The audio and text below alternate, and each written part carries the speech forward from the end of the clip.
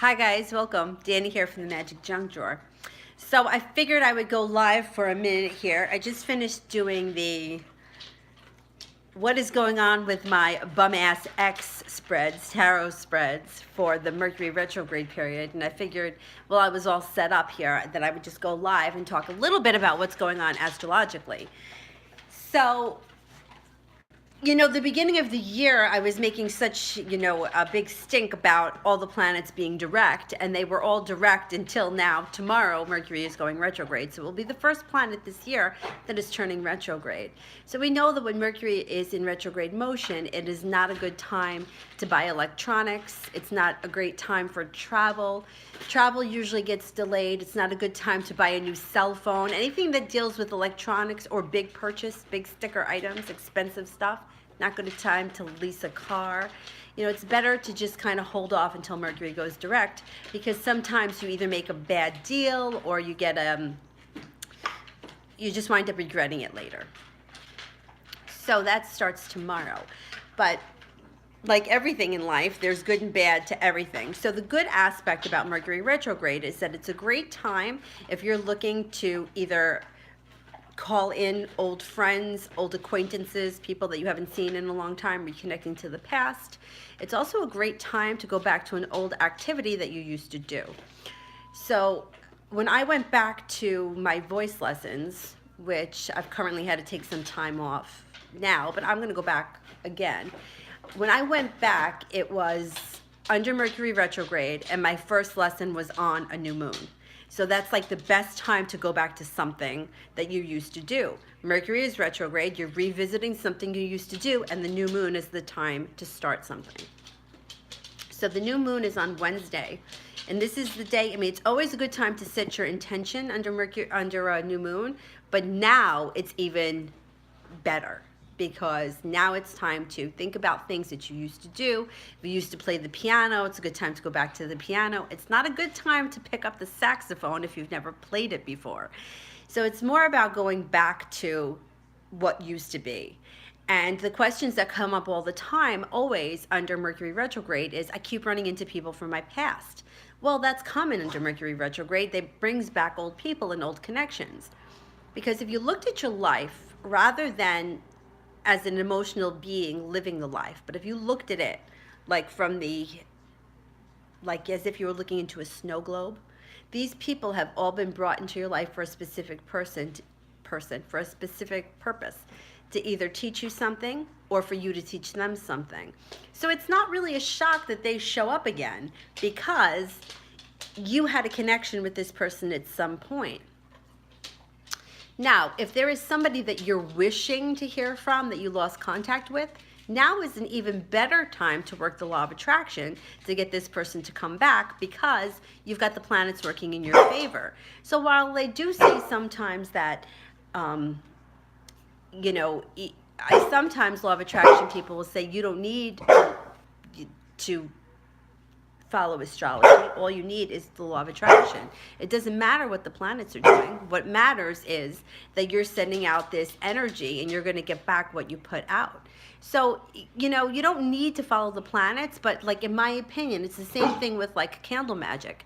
If you have the candle, it's a physical thing in front of you, and you're working with the candle magic, you have something there to look at. You have something there that is like, I'm focusing my energy on it. I'm seeing the flame. I'm watching the candle wax melt. And watching the wax melt can be very meditative. You watch it go down the side of the candle, you're setting your intention, you're putting it in there. And now you have to catch yourself with every thought that you have after that. It's very easy to sit in a yoga class or to sit in front of a candle and think, I intend to make more money. I intend to make more money. I intend to make more money. And then your everyday life is contradicting it. Oh, I'm never going to have enough money for this. So I'm never going to have enough money for that. I'm not going to have enough money for this. Well, if you constantly say that you don't have enough money, then you're contradicting the intention that you put out there. So be careful with that. Commit to something. And I always think about, like, I'm not like a starstruck person. Like, everyone knows I love James Bay and I love the Grateful Dead, but if I banged into some movie star, I really wouldn't faze me. But I always think, and when I hear somebody that has gained that kind of success, when you hear them talk, the one thing that they all have in common is they always say that they knew that they were going to achieve their goals and that they never doubted themselves. That's basically what they all say. You very rarely hear somebody say, well, I picked up the guitar and I didn't think I was ever going to play it. You know, like James Bay, who I love, when he tells a story about how he picked up the guitar, he heard Eric Clapton's song Layla. His father was playing it, and he was like, I got to know what that instrument is. I want to do that. And he did it. He picked up the guitar and he learned how to do it. He didn't pick up the guitar and say, hell, I'll never be able to play this. And that's the difference. Like, you have to watch the thoughts that you have that are contradicting everything else that's contradicting the intention that you have. I intend to lose 5 pounds. I intend to lose 5 pounds. And then meanwhile, all you're doing is eating and eating and eating and telling everyone, look, I'm going to get fat, I'm going to get fat, I'm going to get fat. My friend and I, we used to do diets together all the time. When we weren't on some kind of crazy, ridiculous diet, when we were eating, we would be like, oh, look at how fat I'm going to get. Oh, look, I got to be fat right now. Oh, I'm shoving like a Cadbury egg in my mouth. And I'm like, hey, I'm getting fat. Well, of course. Keep saying it. But then, you know, how many people do you know that are like, I can eat whatever I want and I never gain an ounce? I hate those people. But it's the truth. They're like, oh, I can eat whatever I want. Meanwhile, I'm like, if I sit next to it, I gain weight. But that's what's in my head. And you know why it's in my head? Because I've been programmed like that since I'm a kid. I mean, I remember going to school in elementary school, being in like 3rd grade and being on a diet. Bringing a salad with me to school. I was 9. I was on a diet. I weighed 40 pounds. No, but for real, when I was in 3rd grade, I wound up getting very sick with this bizarre virus. I was in the hospital and I couldn't eat. I was on IV, and when I came out of the hospital, I was only able to eat Jell-O, and I'm not even kidding you. I weighed 50 pounds when I came out of the hospital, and I was in 3rd grade, and I played, of all instruments, the glockenspiel, which, if you know what that is, it's like this big, huge thing. I mean, I couldn't play the flute. And then I had to carry it all the way down the street to the bus. But anyway, but I thought then I was fat. The glockenspiel. I know, that's what I played. You know why I played it? Because somebody convinced me that it was easy and, you know, that I would be able to play it. Everybody told me that the flute was hard. Yeah, the flute's hard. I don't know. I mean, maybe give yourself a chance. I mean, I couldn't pick the flute. I had to pick that. I mean, at that point, why not just pick up the tuba? All right, Dylan, relax. Let me get this guy something. Hold on. Come on.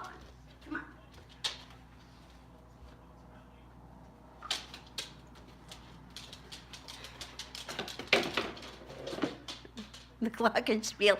I know, I played it. And I remember, I don't know, the music teacher didn't like me. Music teacher definitely didn't like me. Because I remember her always getting annoyed with me. She always got annoyed with me. I don't know, she didn't like me. And, you know, I felt like some kind of way that she didn't like me when I was like trying to play the glockenspiel. I mean, I was 8. I mean, you can't even be liked. No, I mean, but for real, it's like then these things are in your head, you know? And then I remember always feeling like, you know, and like I loved music and I just felt like very discouraged from it. So it's like, you know, if you're discouraged and then somebody discourages you, it just breeds more of that. But there were some of my friends that were always like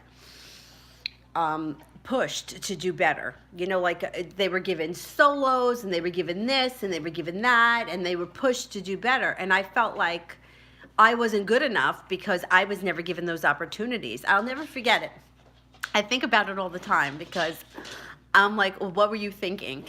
But we were singing, I think it was in 6th grade. I don't know. I was in elementary school, and I tried out for every solo, and I never got one because all of the songs were so crazy high. If you know this song, you're a friend of mine. I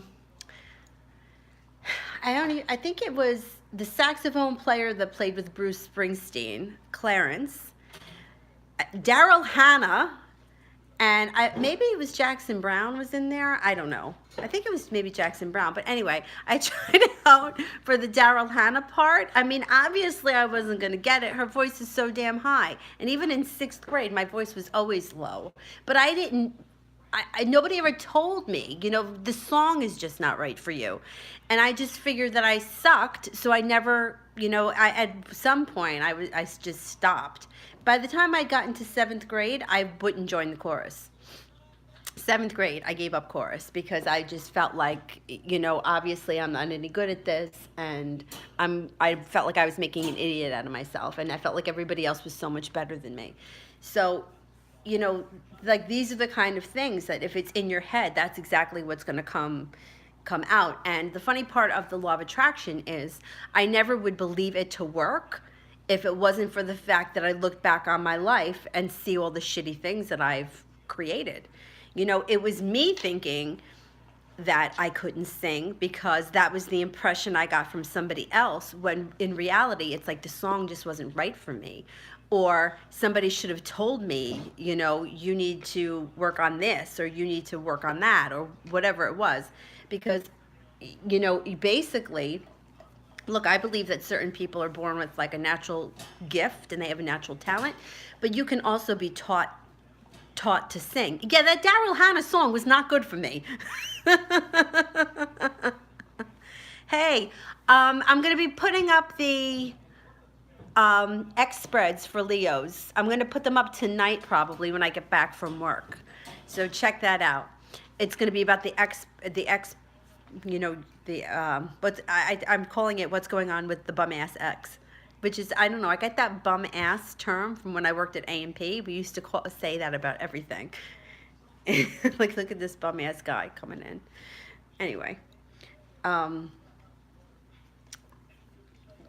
for your ex is a Cancer. Oh, I did. I've already done all of them. I just have to upload them, and I will do that when I get home tonight.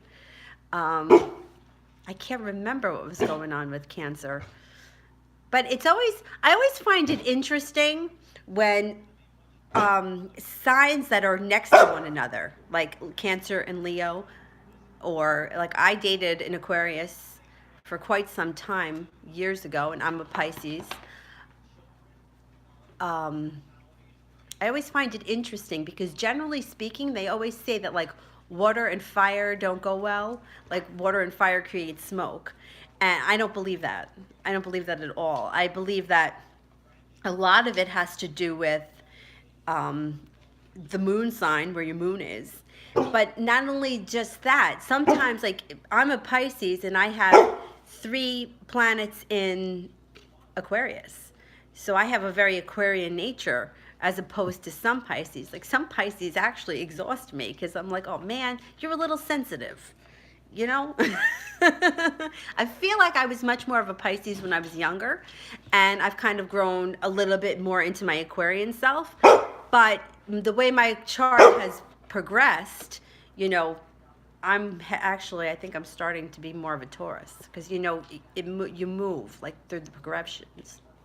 Can't even talk. Progressions. It's only going to get worse for me because Mercury is one of my ruling planets, and when that bitch goes reverse, it always affects me. It always affects me. I mean, a couple of years ago, I had all my ruling planets in reverse, and that was like, forget it. I was lucky I was able to dress myself. But so back to the subject at hand. Don't let Mercury retrograde or any planetary aspect work against you, because you can always look at it as to the good aspect of it. What's good about it? Go back and pick up the paintbrush if you used to paint. Go back and work on knitting or crocheting or candle making or whatever it is that you used to do that you've given up. It's a great time to turn back and, check out things that you used to do. And, then you go from there. Sometimes things need to be revisited. I definitely, when I went back to singing, which was 2 years ago, I had come a longer way in the years that I wasn't taking vocal lessons because of all the time that I spent in yoga, from being in the hot room, being in the humidity, really gives and not only that, but I'm in the hot room and I'm breathing. I'm forced to breathe deep because that's my technique, and I didn't even realize I did it, to slow myself down so that I have the students hold the position. So I'll put them in a position and then I breathe. I go. So at a certain point, my lung capacity started to increase and I didn't even realize it. And then when I went back to my voice teacher, I said to her, I think it's the time that I spent in the hot room that's really increased and also increased my range, because it kind of like softens up the vocal cords. And when you spend a lot of time in the moisture, that's why if you have asthma, you use a humidifier, because it moistens up the air and makes it easier to breathe. And and then that's another thing. Like, there are things intuitively that we do that we don't even realize. Like, as a kid, I had all these crazy asthma, bronchitis, pneumonia all the time, and I never liked gym because I was never any good at it. I was always sick. But as I got older, at some point I started running. I became a runner, and I run every day. And if anybody would have told me that when I was like in high school, I would be like, you're crazy. I hate gym. But now I love it. So, you got to explore different things and kind of like go with it intuitively. Like, running really works for me. So you have to like give yourself a chance. And Mercury retrograde is a great time to reconnect with an ex. It's a great time to reconnect with old friends. It's a great time to go back to an activity that you used to do that you don't do anymore. There's just so many positive aspects, but we always focus on the negative ones. Oh, the computer is going to crash. Oh, my plane's going to be delayed. My luggage is going to get lost. Well, or you could be on the plane with your best friend from elementary school that you haven't seen in 10 years or 20 years or 15 years or whatever it is. That can happen too. So focus on the good aspects so that you can bring more of that in rather than the negative aspects. And then you're going to start to see that negative people in your life are going to start to fade away, because you're not going to want to have to entertain them anymore. And they're not going to, like when somebody is always looking at the negative, it's very, it brings you down, and it's very hard to, like you can just spiral down that, the hill. So going in the opposite direction takes a little bit of work, but you have to think to yourself. The one thing, when I was working with Veronica, the one thing that she said that I always, and I really believe this, things change, and things can change like that. And when you think about it, like, is something possible? Like, is it possible right now that your best friend from kindergarten calls you? Of course it is. We're connected to the internet, which is connected to the entire world. There is no other time to be alive where it wasn't more, easily, I can't even speak. There is no time ever to be alive where communication was not as easy as it is now. I mean, when I was in high school, I didn't have a cell phone. When I was in high school, not only that, but I mean, if you weren't home, like if I called and you didn't answer, I had to leave a message, and who knows when you were getting home. I mean, you could be on vacation for a week. Now it's like you could be anywhere in the world and you can get a text message, an email, a FaceTime, Instagram, Facebook, YouTube. I mean, it doesn't matter. It doesn't matter how they contact you. There's a million different ways that they can contact you. So think about that. Is it possible? Is it possible that you pick up the violin and learn how to play it? It's something that comes second nature to you. Yeah, why not? Why can't you learn how to play the violin, the piano, the saxophone? Why can't you paint? Take a painting class. You can do it. I mean, think about it. When you think about like what is impossible, like right now it's impossible for me to go to the moon. I like to send some people there, but no, really, it's not possible for me right now to go to the moon. That's impossible. Me receiving a text message from somebody is possible. You receiving a text message from somebody is possible. Me losing 5 pounds, gaining 5 pounds, learning how to cook. I'm never going to learn how to cook. I hate cooking. But it's possible. There's a possibility there. So when you think about whatever it is that your goal is, think about, is it something that's possible? Like, am I going to grow a third arm out of the top of my head? Probably impossible. But is it possible for me to run a marathon? Yeah, why not? Why can't I run a marathon? I mean, I've had students tell me that are well into their 50s that have run a marathon for the first time in their 50s. You can learn how to do it. You can do it. You just have to decide that that's what you want to do. And then every thought that you have that contradicts that, you have to cut it off and stop it right there. So I'm going to run a marathon. Oh, I'm never going to run this marathon. I got shin splints. Oh, my feet hurt. Oh, my big toes cracked. Whatever it is, you have to stop. No, I'm going to run this marathon. I'm going to run that marathon. I'm going to run that marathon. And you will, because the universe will help you. All right, that's about it from my mouth today. All right, I'm going to be posting those X spreads, the what's going on with my ex tonight when I get home from work. And as always, thanks for watching. Like, subscribe, like, share, subscribe. If you like what we're doing here at the Magic Junk Drawer.